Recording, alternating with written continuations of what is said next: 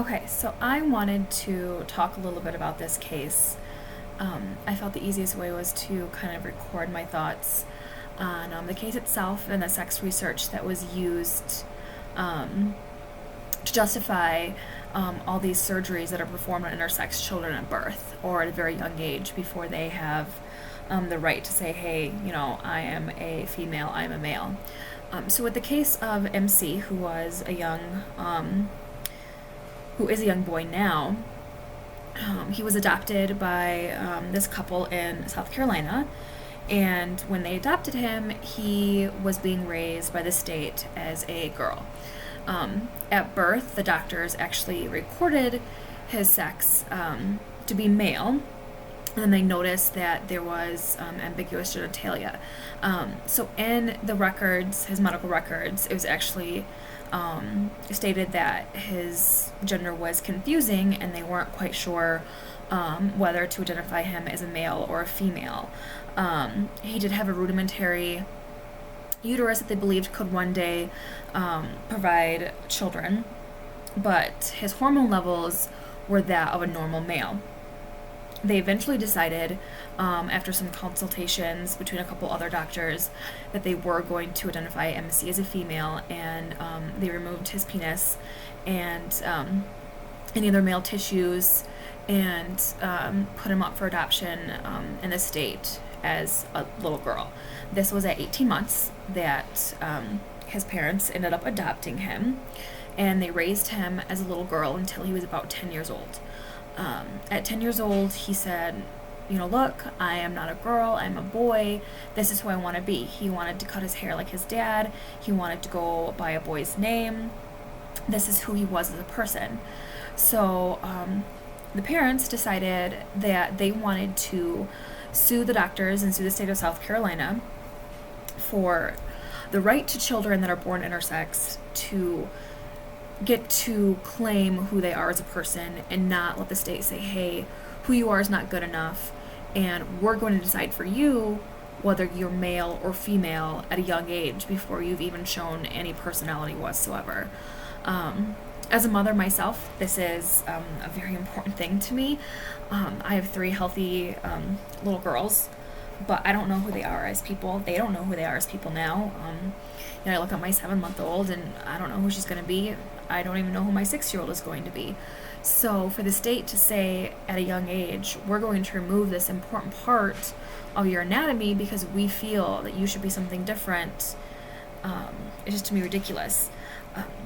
The biggest issue to me is that the sex research that these hospitals are basing these early surgeries on comes from Dr. Money. Now, Dr. Money, we've obviously discussed in class, is an interesting person. He took a case of twins that, male twins, one had a circumcision performed on him and it was botched and he lost the entire penis. He decided that this was his jackpot and that he was going to then do this big scientific research case to try to prove that his theory was right, that within the first 2.5 years of a child's life, that it is the nurturing of a child, not the nature of the child, that determines how they identify their gender. So they took this little boy and they decided that, just like MC, that he was going to be raised as a girl. So he claimed after years that his case was successful and this young child grew up a happy little girl and it was a happily ever after story. Obviously, as you and I know, that is not the case. The books that he wrote saying he was successful, all the interviews that he did saying he was successful was a lie. But still, all of these hospitals adopted his theory and started performing surgeries on intersex children, deciding whether they should be male or female. So this case, this lawsuit, is the first of its kind. And we're really hoping, I'm sure they're really hoping, that this opens up all new sorts of possibilities in rights for intersex children. that it opens up new research for intersex children so that we can determine whether or not it's necessary that they have surgery at a young age, or if it's medically and psychologically fine for them to become older and let the parents know or their caretaker know who they identify as. Sorry, it's hot and I have no air conditioning in my house.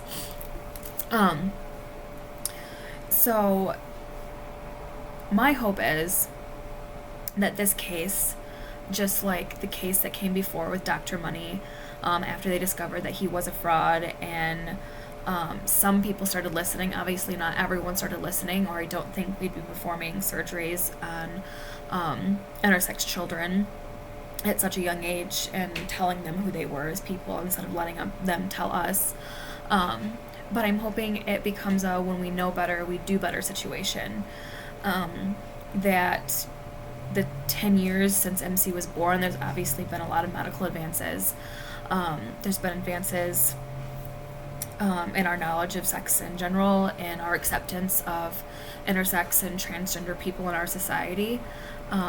So hopefully children of the future who are born intersex will get to grow up and tell us who they are and not have the government tell them who they are.